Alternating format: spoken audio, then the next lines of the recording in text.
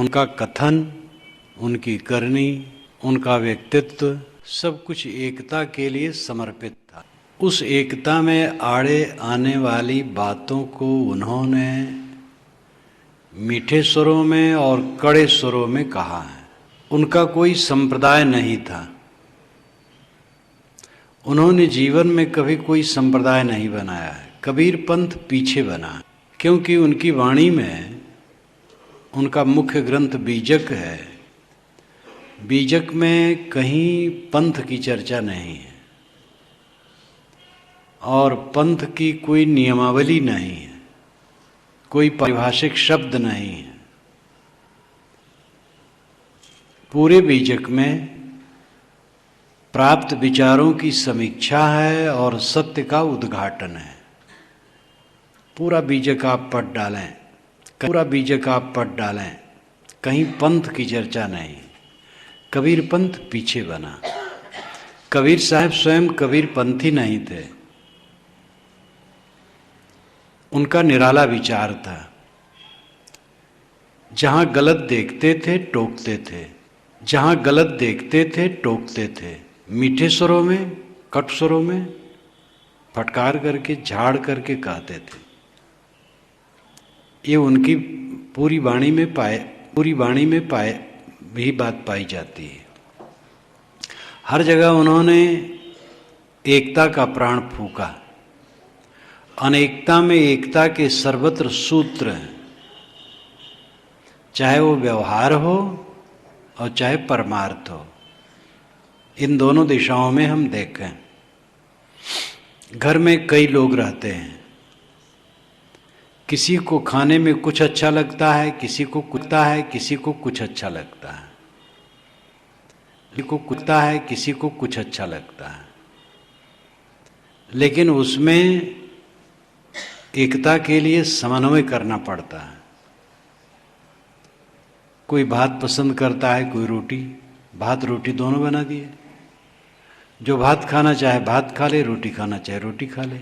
जो भात खाना चाहे भात खा ले, रोटी खाना चाहे रोटी खा ले। कहीं पर अपने मन को मार करके दूसरे का साथ देना पड़ता है। अगर आदमी समता से न रहे और अनेकता में एकता स्थापित न करे तो दो व्यक्तियों का संबंध निभ नहीं सकता है। आप महाराज राम को जानते हैं, वे शीलवान थे। लक्ष्मण भी महाशीलवान थे, लेकिन उग्र थे जरा। शील का तो पहला लक्षण है सदाचार, और लक्ष्मण पक्के सदाचारी थे।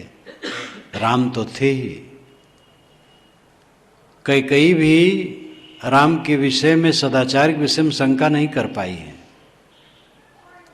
जब भरत ननिहाल से आए हैं, राम के विषय में, सदाचार के विषय में शंका नहीं कर पाई है। जब भरत ननिहाल से आए हैं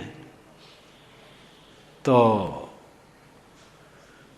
कैकेयी के घर में गए, कुशल मंगल पूछा तो वहीं पता चला कि पिताजी का शरीर छूट गया। तो कहे अच्छा। तो पिताजी ने शरीर छोड़ते समय कुछ कहा कि हाँ, यही कहा है कि जो राम सीता को फिर से देखेगा वो धन्य है। कहे तो राम सीता कहाँ गए? तो कहे राम तो 14 बरस के लिए निकाल दिए गए हैं।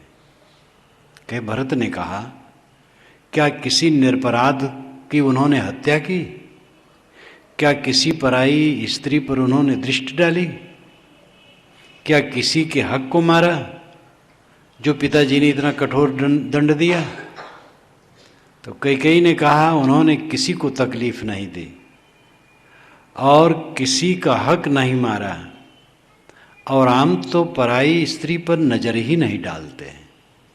एक कैकेयी ने कहा है। उस समय वो विरोधिनी थी, लेकिन उसने कहा है। तो राम लक्ष्मण दोनों शीलवान थे, लेकिन स्वभाव का शील, एक तो शील का अर्थ होता है सदाचार, संयम।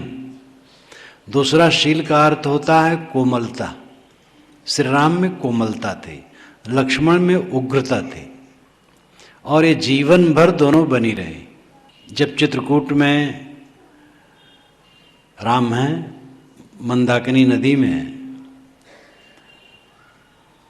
कमलों के फूल से सीता जी खेल कर रही हैं, श्री राम आहार भून करके सीता को खिलाना चाहते हैं। इदम मिष्टम इदम मेध्यम, ये मीठा है, यह पवित्र है, यह खाओ। उसी समय उत्तर की दिशा में धूल उड़ी और पक्षी उड़े, कोलाहल हुआ। लक्ष्मण जी दौड़े दौड़े आए कि भैया सीता जी को किसी गुफा में रखो, दुश्मन आ गए हैं, और धनुष बाण संभाल लो। एक साखू के पेड़ पर चढ़ गए, ऊंचे से उन्होंने देखा तो कहा कि निश्चित है भरत आ रहा है। तो भरत को गाली देने लगे, भरत महादुष्ट है, और राज्य पाया है तो सोचता है 14 बरस क्यों, पूरा जीवन क्यों न राज्य करे, राम को मार दे, लेकिन आने दो, मैं देखता हूं भरत को, चका दूंगा। बहुत उल्टा पलटा कहा। श्री राम ने कहा कि तुम उतर जाओ, जब भरत आएंगे तो मैं कहूंगा भैया अयोध्या का राज लक्ष्मण को दे दो। तो ये सुनते ही लक्ष्मण पानी पानी हो गए, कही भैया मुझसे गलती हुई, क्षमा करें, हो सकता है पिताजी तो आपको लौटाने आते हो। इसी प्रकार जब वह दंडकारण्य में थे तो वहां की गोदावरी नदी में स्नान करने गए हैं, सीता जी भी गई हैं, लक्ष्मण पानी भरने गए हैं। तो लक्ष्मण ने कहा भाभी सांवली हो गई है, ठंडी पड़ रही है, अयोध्या में तो और ठंडी होगी, भरत कैसा तप कर रहे हैं। ठीक है, कैकेयी की कामना पूरी हुई। तो राम ने कहा कि तुम भरत की प्रशंसा कर रहे थे वही कर दे, कैकेयी की निंदा क्यों करने लग गए। तो श्री राम के जीवन में मैं देखता हूं कि स्वभाव से वो कोमल हैं और लक्ष्मण उग्र है, लेकिन दोनों चोली दामन की तरह एकता स्थापित रखे। किसी भी दंपति में नहीं देखा जाता है कि पति पत्नी का एक स्वभाव हो, अंतर रहता है। पिता पुत्र के स्वभाव में अंतर रहता है, गुरु शिष्य के स्वभाव में अंतर रहता है, लेकिन उस अंतर को नजरअंदाज करके समता और प्रेम से चलने से ही जीवन सुखद होता है। अनेकता में एकता खोजना ये सुसंस्कृत मानव का काम है। घर में ननद, देवरान, जेठान, सास, बहू, माता पिता, पत्नी, भाई, बच्चे, सभी लोग हैं और सबका अपना अपना स्वार्थ है। जब हमारा स्वार्थ बढ़ जाता है तब तकलीफ होती है। स्वार्थ अगर हमारा संयमित है तो हम सुखी रहते हैं। सुखी होने का कारण हम पदार्थ को ज्यादा मानते हैं। जीवन जीने की चीजें होती हैं और जीवन जीने के कायदे होते हैं। इस पर जरा ध्यान दीजिएगा। जीवन जीने की चीजें, मकान, दुकान, गाड़ी, घोड़ा, अन्न पानी, रुपए पैसे, ये जीवन जीने की चीजें हैं, इनसे जीवन गुजर होता है। और दूसरी बात है जीवन जीने के कायदे, क्षमा करना, गम खाना, संतोष करना, धीरज से रहना, सह लेना, दूसरे को न सहाना, दूसरे की उचित बातें मान लेना, अपनी बात जबरदस्ती किसी पर न लादना, स्वयं अपने अधिकार की कामना न रखना, अपना कर्तव्य देखना, दूसरे के अधिकार की रक्षा करना, ये सब जीवन जीने के कायदे, सब जीवन जीने के कायदे हैं। और जीवन जीने के कायदे अगर जीवन में नहीं हैं तो आदमी सुखी नहीं होगा। पैसे से खाली सुखी नहीं होगा। पैसा का अपना महत्व है, उसकी अपनी योग्यता है, उसकी एक सीमा है। हम भूखे हैं और पैसे से कोई वस्तु लेकर के खा लिए, खाने के बाद जो मन की चिंता है वो पैसे से थोड़ी जाएगी। तो भौतिक वस्तुओं का अपना महत्व है, लेकिन जीवन की रहनी जब तक अच्छी न होगी तब तक जीवन में शांति नहीं आएगी। एक घर में कई देवियां रहती हैं, अपने अपने बच्चे का मोह रहता है। दो बच्चे लड़ पड़ते हैं तो कितनी देवियां होती हैं, तुरंत अपने बच्चे को उठाएंगी, झाड़ेंगी, पूछेंगी, दूसरे को आंख दिखाएंगी। लेकिन अच्छा कायदा है, अगर दो बच्चे लड़ पड़े हैं तो दूसरे के बच्चे को झाड़ा पूछा जाए और गोद ले लिया जाए, कितना सद्भाव आपस में आ जाएगा। लेकिन ये बात नहीं आती है, इसलिए बात बिगड़ जाती है। लोगों में समता तभी बनी रह सकती है जब विषमता वाला काम छोड़ा जाए। एक नई बहू आई थी घर में, तो जब भोजन परोसती थी तो अपने पति की थाली में घी डाल देती थी और दूसरे में नहीं डाले। लोग जान गए और भाई एक दिन थाली बदल गई। दूसरे भाई ने कहा, भैया थाली मेरे पास आ गई तुम्हारी। उसने कहा, क्या थाली में अंतर है? कहे, जरूर अंतर है। और भाई एक दिन थाली बदल गई। दूसरे भाई ने कहा, भैया थाली मेरे पास आ गई तुम्हारी। उसने कहा, क्या थाली में अंतर है? कहे, जरूर अंतर है। ये सब बातें छोटी छोटी हैं, लेकिन इससे घर बिगड़ता है। चीजों को हम इतना महत्व न दें जिससे व्यवहार ही बिगड़ जाए। ये ध्यान दीजिए, धन धन नहीं है, जन धन है। धन धन नहीं है, जन धन है। श्री राम ने जन को धन माना, भरत को, परिवार को धन माना, अवाज्ञा मान करके चल दिए। कौरव पांडवों ने धन को धन माना और लड़ गए। रामायण और महाभारत दोनों का आदर्श अलग अलग है। रामायण भ्रातृत्व का महाकाव्य, भाईचारे का महाकाव्य है। महाभारत भ्रातघाती युद्ध का महाकाव्य है। ये अलग विषय है कि महाभारत में सभी प्रकार का ज्ञान भरा है, गीता भी उसी में है। इसलिए महाभारत तो पांचवा वेद माना जाता है। महाभारत ज्ञान का भंडार है। प्रपंच भी खूब है। ये तो मैं बारंबार निवेदन करता हूं कि किसी शास्त्र को आप सिरे से मानने का धोखा छोड़िए, नीरछीर विवेकी बनिए। किसी शास्त्र में कुछ बातें गलत हैं, इसलिए सही को नहीं छोड़ना है, और सही बातें हैं इसलिए उसकी गलत बातों को नहीं मानना है।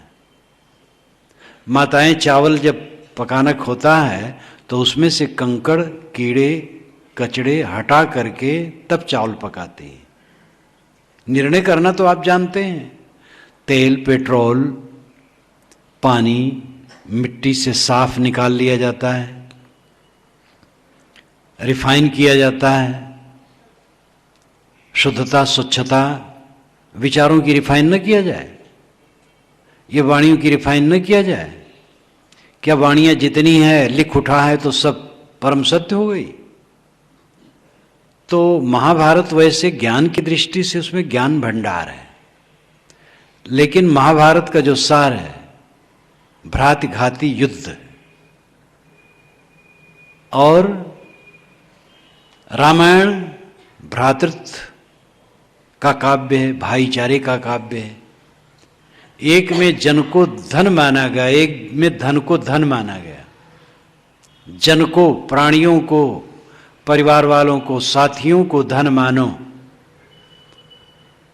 और उनसे सुंदर बर्ताव करो। सारी चीजें किसके लिए हैं? आपके घर में जो चीजें किसके लिए हैं? परिवार के लिए हैं। अगर परिवार में ही कलह कर रहे हैं तो धन किसके लिए है? पत्नी के लिए, बच्चे के लिए, माता के लिए, पिता के लिए, भाई के लिए, इन्हीं के लिए तो धन है। वे सुखी रहें, संतुष्ट रहें, और धन को लेकर के हम छीना झपटी करने लगते हैं। जन को धन माने, धन को धन न माने, तभी एकता आ सकती है।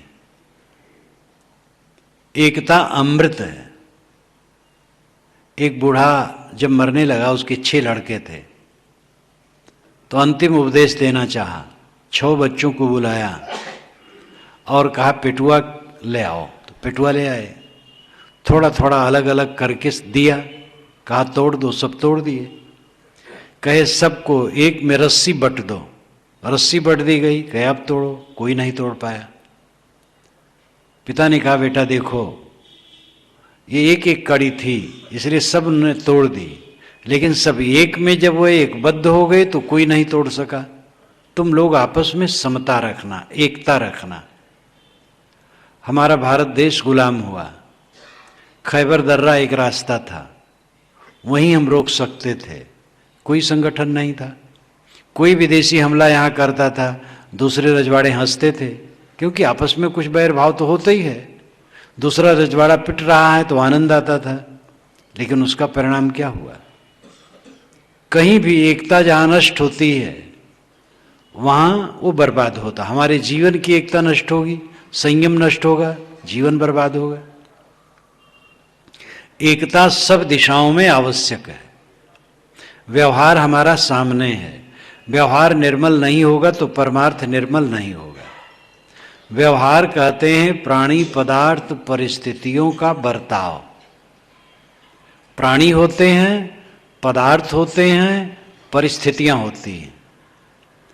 प्राणी, मनुष्य के अतिरिक्त जो प्राणी हैं, व्यवहार में उनका बड़ा महत्व नहीं है। आप जितने भी जानवर पाल लें, उनसे कोई खास व्यवहार नहीं करना है। उनको भोजन दे दो, पानी दे दो, जगह दे दो, बस। मनुष्यों के साथ बड़ी जटिलता है। ये बहुत समझने वाला है और बहुत उलझा हुआ प्राणी है, और इसके विकास का आयाम बड़ा लंबा है। इसलिए यह सुलझता तो कम है, उलझता ज्यादा है। पहले दिन मैंने कहा था कि मन और वाणी, ये दोनों शक्तियां मनुष्य के पास बहुत प्रबल हैं। अगर इन दोनों का संयमन हो जाए तो आदमी महान हो जाए, और इन दोनों का असंयम होने से आदमी जानवर से गया बीता होता है, बहुत दुखी होता है। इसलिए हमें अपनी शक्ति को देखने की जरूरत, उसका संयम करने की जरूरत। साहब ने कहा तन राता मन जात है, मन राता तन जाए, तन मन एक होए रहे, तब हंस कबीर कहा है। तन राता मन जात है, जहां तन आसक्त होगा वहां मन जाएगा, और मन राता तन जाए, जहां मन आसक्त होगा वहां तन जाएगा। तन मन एक हुए रहे। जो तन और मन को एक कर दे, एक का मतलब संतुलित, संयमित, हंस कबीर कहा है। कबीर साहब कहते वो हंस है। हंस जो नीरछीर विवेक करे। कहा जाता हंस पक्षी सफेद होता है, मानसरोवर में रहता है, दूध पानी मिला करके रखें तो उसमें चोंच मार देता है और दूध फट जाता है, और वो छेना बन जाता है, उसको खा लेता है, पानी छोड़ देता है, या दूध ले लेता है, पानी छोड़ देता। खास बात, चाहे कहावत कहावत ही हो, लेकिन जिसके लिए कहा गया वहां सच है। इंसान हंस है, विवेकी है, विवेक का उपयोग करे। सुख से जीना, दुख से जीना, दो ढंग से जीना होता है। दुख से जीना कोई जीवन की सफलता नहीं है, सुख से जीना जीवन की सफलता है। और व्यवहार में अगर मधुरता नहीं है तो सुख से कोई जी नहीं सकता है। कितने घरों में सुबह से ही कलह शुरू हो जाता है, इतना कटु वचन निकलते हैं लोगों के कि एकदम चिल्लाने लगते हैं। कितने घरों पर कौवा बैठे रहे तो कौवा भी बेचारे भाग जाते हैं, इतना चिल्लाने वाले होते हैं घर वाले। दरवाजे से लेके अंदर तक घर बना रहता है कबाड़ खाना, न सफाई न स्वच्छता, न वस्तुओं को करीने से रखने की आदत। जत्र तत्र जूते चप्पल खड़ाऊं पड़े हैं, कहीं थूका है, कहीं तो किसी ने नाकहीन पोंछ करके दीवार में चिपका दिया है, कहीं कुछ कर दिया अंड वंड, और जब बोलते हैं एक दूसरे से कट। ऐसे घरों में सुख शांति कैसे होगी? महल हो या झोपड़ी हो, ये तो होते हैं, सबके एक समान दुनिया की स्थिति नहीं होती है, लेकिन साफ सुथरी हो, वस्तुएं कायदे से रखी जाएं, मीठे वचन बोले जाएं, धीरे से बोले जाएं, और आपस में प्रेम का बर्ताव हो। सूखी रोटी, फटी चटाई, फटे वस्त्र में हम रहें, लेकिन आपस में प्रेम है तो उस घर में स्वर्ग है। जहां बहुत मालटाल है, बहुत ऐश्वर्य है, लेकिन कला है तो नरक है। इसलिए व्यवहार में भी एकता की जरूरत है। प्राणी पदार्थ परिस्थिति मैंने 3 कहा। प्राणी यहां मनुष्य से अर्थ ज्यादा है, और पदार्थ जड़ पदार्थों से, और परिस्थिति इन सब की भिन्न स्थिति। जैसे 2 घंटे के पूर्व इस कक्ष की परिस्थिति भिन्न थी, यहां कोई नहीं था, और 1 घंटे के पहले यहां लोग आने लगे। अभी परिस्थिति और हो गई, कुछ समय के बाद परिस्थिति बदल जाएगी, कल की परिस्थिति बिल्कुल अलग होगी। प्राणी पदार्थों की भिन्न स्थित परिस्थिति है, तो प्राणी पदार्थ और परिस्थिति ये 3 हमें मिलते हैं जीवन भर। इनमें समता बनाए रखना, एकता बनाए रखना, समरस रहना, समता में रहना, ये जीवन जीने का सुखद कायदा है। अनुकूल प्रतिकूल आना कोई रोक नहीं सकता है, कोई नहीं रोक सकता है, योगी भी नहीं रोक सकता है। योगी जिसने अपने को स्ववश कर लिया है वो भी उम्र को नहीं रोक सकता। जवानी जाएगी, बुढ़ापा आएगा। जो कथा कहानियों में आता है कि वह 1000 बरस तक जवान है, 10,000 बरस तक जवान है, सब फादिल बातें। जवानी बदलती है, बुढ़ापा आता है। जो साधक है, संयमी है, वो अपेक्षा ज्यादा निरोगी और सुखी रहेगा। विलासी है वो ज्यादा खराब रहेगा उसका शरीर, लेकिन बुढ़ापा तो आएगा, शरीर तो गलेगा। कितना बड़ा योगी हो उसका भी शरीर गलेगा। परिवर्तन को रोकने की क्षमता किसी में नहीं है। द्रव्य वही है जिसमें परिवर्तन हो। जड़ द्रव्य में परिवर्तन स्वभाव सिद्ध है, तो इस परिवर्तन को कौन रोक पाएगा? परिवर्तन में अपने ही को ठीक करना है। दुनिया को बदलने में हमारा बल नहीं है, अपने को बदलने में बल है। कोई आकर के हमें गाली देने लगा तो उसका मुंह हम नहीं पकड़ सकते, लेकिन अपने मन को पकड़ लें, बस ठीक है गाली देने दो, उसका विचार है, गाली देने से क्या नुकसान होगा? हवा का एक झोंका है, उसका विचार है, कहने दो, धीरज रखें, वो स्वयं लज्जित होगा। साधना का पक्ष यही है। लोग कहते हनी को हना पाप दोष न गना, जो मुझे मारा ताई में मारा। किसी ने मुझे मारा इसलिए मैंने उसको मारा, जब उसको मैंने मारा तो उसने फिर मुझे मारा, तब फिर मैंने उसको मारा। कहां तक जाओगे?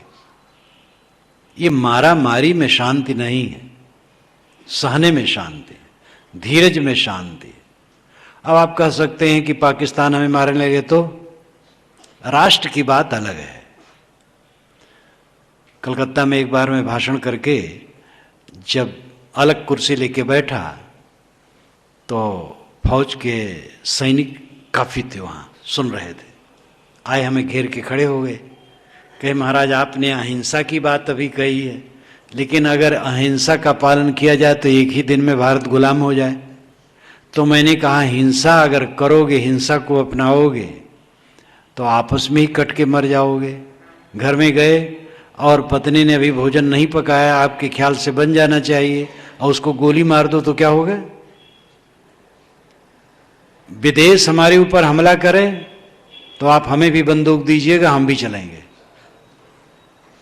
आप लोग सेना में भर्ती होते हैं और रिटायरमेंट हो जाता है और कहीं गोली चलाने की जरूरत नहीं पड़ती किसी के ऊपर। युद्ध तो यदा कदा होते हैं, और राष्ट्र रक्षा के लिए मैं नहीं कहता हूं, अहिंसा की जरूरत निरंतर व्यवहार में है। समता, प्रेम, करुणा, स्नेह, अहिंसा, इसकी बड़ी जरूरत है। तो प्राणी पदार्थ परिस्थितियों के बीच में हमें होकर के गुजरना है। जब से जन्म लिए हैं गुजर रहे हैं, आगे भी गुजरना। आगे तो दिन और भी टेढ़े आएंगे। क्यों? क्योंकि जीत की हार अभी बाकी है, धार अभी बाकी है, पार अभी बाकी है। जवानी में जीत, बुढ़ापा में हार। दिन जितने बीतेंगे शरीर घिसेगा, कमजोर होगा, दुर्बल होगा, तो उसमें और सावधानी की जरूरत होगी। जवान आदमी वैसे बैठा नहीं रहेगा। एक सज्जन को मैंने देखा था, उनका लड़का बात कर रहा था, तो लड़के को उन्होंने डांट दिया, तो लड़का चुप हो गया। करीब 17-18 वर्ष के बाद उनके यहाँ मुझे जाना हुआ। उस दिन ऐसा संजोग पड़ा कि उनके पिता बात कर रहे थे, वो लड़के ने डांट दिया, पिता चुप हो गए। क्योंकि उस समय पिता कोई 50 वर्ष के थे और मालिक थे, और लड़का ऐसे 15-15 वर्ष का था। लेकिन अब लड़का जवान है, घर का मालिक है, और वे बेचारे बूढ़े हो गए। तो पुत्र ने डांटा और पिता बेचारे बिल्कुल चुप हो गए। ये जमाना बदलता। जीत की हार अभी बाकी है, धार अभी बाकी है, पार अभी बाकी। जवानी में जीत, बुढ़ापा में हार। जवानी में तो गरम नरम सबको कहते रहे, डांटते रहे, फटकारते रहे, खाने पीने में उल्टा सीधा खा लिए, पच उच गया, अभी जवान है, भोग भाग भी कुछ कर लिए। बुढ़ापा में कुछ होना संभव नहीं, कोई सुनने वाला नहीं रहेगा, आपको समझ लो। इसलिए धीरज रखो, पहले सावधानी बरतो। बुढ़ापा अमृत हो तब जीवन की सफलता है। दिन जितने बीते हैं हमारे जीवन में अमृत इकट्ठा होता जाए, शांति, तृप्ति, निर्भयता, सुख, शांति। बुढ़ापा अमृत कैसे होगा? जब हम इच्छाओं को जीतेंगे, संयमी होंगे, साधक होंगे। कच्चे आम चिकने भले हों लेकिन खट्टे होते हैं, पके आम में सिकन भले हो लेकिन मीठे होते हैं। जवान सुंदर भले दिखे लेकिन अधकचरे होते हैं। जवान लोग क्षमा करेंगे। बूढ़े लोग पके होते हैं, सिकन भरे, मीठे होना चाहिए, लेकिन ज्यादा बूढ़े कड़वे होते हैं। 4 बूढ़े जहां बैठेंगे तहां शिकायत शिकायत शिकायत। कहेंगे भैया राम राम राम राम, कुशल मंगल। अरे क्या कुशल मंगल, लड़का कहे में नहीं है। वो कहेंगे यार तुम्हारा लड़का तो कुछ मानता भी है, हमारा लड़का तुम्हारे पास बैठता भी नहीं। एक ने कहा महाराज, जब मुझे एक ही लड़का है और अपने लड़के से कुछ कहना होता है तो कागज पर लिख करके उसकी मेज पर पत्थर दबा के रख देता हूं, और मुझसे उसे कहना होता है तो मेरी मेज पर रख देता है। बात दोनों कभी नहीं करते, और एक ही लड़का है। ये संसार है, इतना कच्चा है, इतना खट्टा है। लड़का अनुगामी हो, प्रेमी हो, तो आपको सुख क्या देगा? कमाए खाएगा, अपने बाल बच्चों में भी उलझा रहेगा। न बाल बच्चों में उलझा रहे तो आखिर आपको क्या देगा? भोजन दे सकता है, कपड़े दे सकता है, जरूरत पड़े पैर दबा सकता है। आपके मन को शीतल कैसे करेगा? वो तो व्यक्तिगत चीज है। इसलिए बुढ़ापा अमृत हो, इसके लिए संयम। हमारे पूर्वजों ने कहा था 50 वर्ष की उम्र में वानप्रस्थी बन जाओ। वानप्रस्थी में ब्रह्मचर्य का पालन है, और लड़के बच्चे हैं तो उनको जिम्मेदारी दे दी गई। अब आज 60 समझ लो, 60 साल में रिटायरमेंट होता है, तब वानप्रस्थी हो जाओ। लेकिन लोग 70 के हो जाते हैं तो भी घर से रिटायरमेंट नहीं लेना चाहते। नौकरी में तो रिटायरमेंट हो जाता है, लेकिन मलिकई से रिटायरमेंट नहीं लेते हैं। घर के मालिक बने बैठे रहते हैं, और जितना मालिक बने बैठे रहोगे लड़के से उतना विवाद होगा। लड़के को समझा दो, रास्ता दिखा दो, मालिक बना दो, अपना पीछे हो जाओ, सुखी रहो। इच्छाओं को जीतो, कामनाओं को जीतो, आसक्तियों को जीतो, बूढ़ों को चाहिए खाने की इच्छा न रखे, ये मिले वो मिले, जो मिले सादा सुदा खा लें, नुक्ताचीनी न करें, लड़कों की बुराई न करें, और ये माताएं बहुओं की गलती न निकाला करें। माताएं होती हैं तो इनके पास लड़कियां होती हैं, तो लड़कियों का मोह और बहू के लिए थोड़ा सा नुक्ताचीनी, और माँ और बेटी एक तरफ, बहू एक तरफ, घर में कलह हो जाता है। लेकिन बुढ़ापा में कौन काम देगा? बेटी नहीं काम देगी। बेटी तो अपने घर रहेगी, बुलाओगी तो कहीं एक दिन के लिए आ जाएगी बस। मरते दम तक काम देने वाली बहू है, और बहू से ही दुर्व्यवहार है, गृहस्थी कैसे सुखद होगी? अगर बहू को आपने संताप दिया है तो आपके बुढ़ापा में वो सब बदला लेगी, कसर निकालेगी, बासी भात दे दिया करेगी। अब कोई बहू अपने सास को संताप देगी तो उसके लिए वही नंबर आएगा। ये तो चक्र है सबके ऊपर। बहुओं के लिए माता पिता सास ससुर हैं, और सास के लिए पुत्री बहू है। इस चीज को समझें। पढ़ तो हम बहुत लेते, आजकल तो घर घर सब BA में LLB पता नहीं क्या क्या, इतनी पढ़ाई हो गई है कि हद है, पढ़ाई खूब हो गई है। लेकिन क्लर्क बनने की पढ़ाई है, डॉक्टर इंजीनियर प्रोफेसर बनने की पढ़ाई है, माता पिता पुत्र भाई बनने की पढ़ाई नहीं। प्रेम का बर्ताव कैसे होना चाहिए इसकी पढ़ाई नहीं है। इसकी पढ़ाई आपको स्वयं पढ़ना पड़ेगा। और ये पक्का समझ लो, दुनिया का ऐश्वर्य चाहे जितना बटोर लो, सुंदर बर्ताव किए बिना जीवन में सुख शांति नहीं आएगी। एक तो गृहस्थी से दुर्व्यसन बिल्कुल निकालो। ये गांजा भांग बीड़ी सिगरेट पान तंबाकू गुड़ा और गुटखा और क्या क्या प्रपंच, ये सब बिल्कुल निकालो। दुर्व्यसन मुक्त परिवार करो, जीवन करो। और चीजें तो सबके बराबर नहीं होती। जितनी चीजें हैं, आमदनी कितनी इसका महत्व तो नहीं है। आमदनी के अंदर में खर्च करने का एस्टीमेट बनाना चाहिए। आमदनी है, आप दाल भात रोटी सब्जी घी मलाई दूध खाओ, ठीक है। घट जाए तो रोटी दाल भात खाओ, और घट जाए रोटी नमक खाओ। रोटी नमक तो चाहिए, फिर बढ़ जाए तो फिर दूध मलाई खाओ। अपने को उसमें बांधो मत। चीज जैसी है वैसा बर्ताव करो। खास बात है मनुष्य से सुंदर बर्ताव, सच्चा सुख इसमें है। और इसमें एकता स्थापित करना बहुत जरूरी। साहब ने कहा, प्रेम पाट का चोलना पहिर कबीरू नाच, पानिप दीनो तास को जो तनमन बोले साच। ऐ लोगों, प्रेम पाट का चोलना बना करके पहन करके नाचो। प्रेम का कपड़ा ले आओ, उसका चोलना अंगरखा बना लो, उसको पहन के नाचो। ये अलंकारिक कथन है। प्रेम का कपड़ा ही नहीं होता है। आप राजकोट भर में खोज डालिए कपड़े की दुकान पर, प्रेम का कपड़ा कहीं नहीं मिलेगा। ये इसका लाक्षणिक अर्थ है कि जीवन का सारा व्यवहार प्रेम पूर्वक करो। देवियां प्रेम पूर्वक भोजन बनाएं और परोसें। अतिथि आवे तो प्रेम पूर्वक भोजन करावें।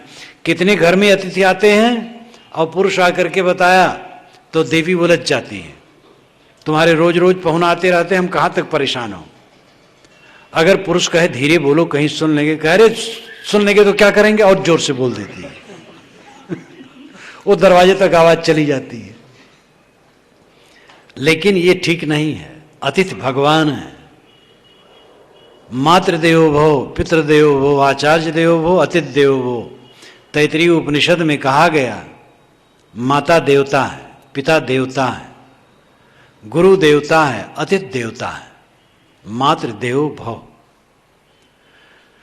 कहने का जैसा लहजा है वैसा अर्थ किया जाए तो होगा, माता देवता हो जिसका वह बनो, मातृ देवो भव। माता जिसका देवता हो वह बनो। लेकिन शुद्ध हिंदी के अनुसार अर्थ किया जाए तो होगा, माता देवता है। भिन्न भाषा में अर्थ उसी के अनुसार करके खराब हो जाता है। माता देवता है, पिता देवता है, गुरु देवता है, अतिथि देवता है। आप भी किसी के यहाँ जाते तो यही चाहते हैं कि आदर मिले। तो प्रेम का बर्ताव, समता का बर्ताव, प्रेम पाठ का चोलना पहिर कबीरू नाच। दुकान पर बैठो, जितने ग्राहक आवे देवी देवता समझो और ईमानदारी से सौदा दो, उचित मुनाफा लो। दफ्तर में बैठो, क्लर्क अफसर हो, सबका काम करो, तनख्वाह आपको मिलती है, तनख्वाह से गुजर करो और सबका काम करो। ये भगवत भजन है, भगवत भक्ति है। मजदूरी करते हैं तो डट करके काम करें, जो वेतन मिलता है, पारिश्रमिक मिलता है, उसको अदा करना चाहिए। इसीलिए कबीर साहब ने कहा, जो कुछ करो सो पूजा। मैं जो करता हूं पूजा है, कर्म मात्र पूजा बन जाए, जीवन दिव्य बन जाए। सुबह से शाम तक सारे कर्म प्रेम पूर्वक हों तो दुख कहां से रहेगा। प्रेम पाठ का चोलना पहिर कबीरू नाच। पानिप दीनो तास को जो तन मन बोले साँच। साहब कहते जो तन से मन से वचन से सच्चा होता है उसको विश्व सत्ता पानिप देती। पानिप नाम चमक। पवित्र आचरण होने से अपने आप विश्व सत्ता उसको चमक देती है। फूल में सुगंधी भर जाती है, तब भौरों को निमंत्रण नहीं देना पड़ता, अपने आप आ जाते हैं। आचरण की पवित्रता। जब अफ्रीका में पहली बार गांधी जी ने अपना सत्याग्रह चलाया, वहाँ की शोहरत यहाँ आई, तो भारत आने पर पूरा भारत उनके लिए जितना लोग समझ पाए थे, सुन पाए थे, गदगद हो गए थे। कलकत्ता का तो एक इंग्लिश पत्रकार ने कहा कि आप इतना गदगद हुआ अंग्रेजों के विषय में जब उन्होंने बताया, गांधी जी ने जो त्रुटियां थी उसको बताई और अच्छाइयां भी बताई कि अफ्रीका के जो अंग्रेज हैं उनमें ये सारी अच्छाइयां हैं, ये त्रुटियां हैं। तो अंग्रेज पत्रकार जो था इतना खुश हुआ, क्योंकि विरोधी का आदमी केवल खंडन करता है और ये महात्रुटि है। गांधी जी की विशेषता थी कि वह सभी पहलू को देखते थे। उनकी बातें क्यों किसी को नहीं अच्छी लगती, अमुक को, क्योंकि वह उत्तेजना रखना चाहते हैं, असभ्यता का बर्ताव करना चाहते हैं। तो उससे क्या किया जाएगा। श्रममान तो कोई व्यक्ति नहीं हो सकता है।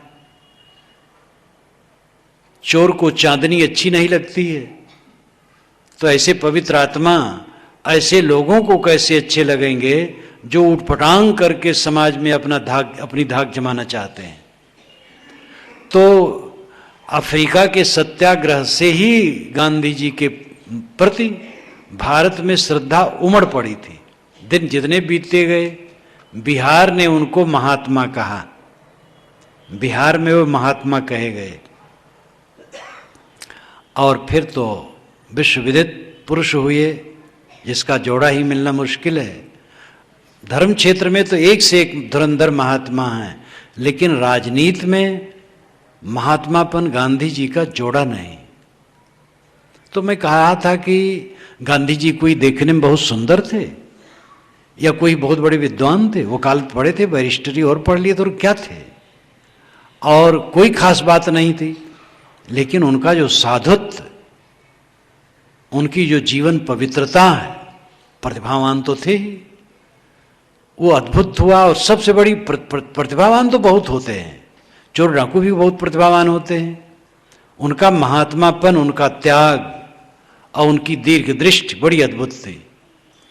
तो किसी भी महापुरुष के लिए प्रचार नहीं करना पड़ता है, वो आचरण से अपने आप सब आ जाता है। तो एकता की जरूरत है, धार्मिक क्षेत्र में एकता की जरूरत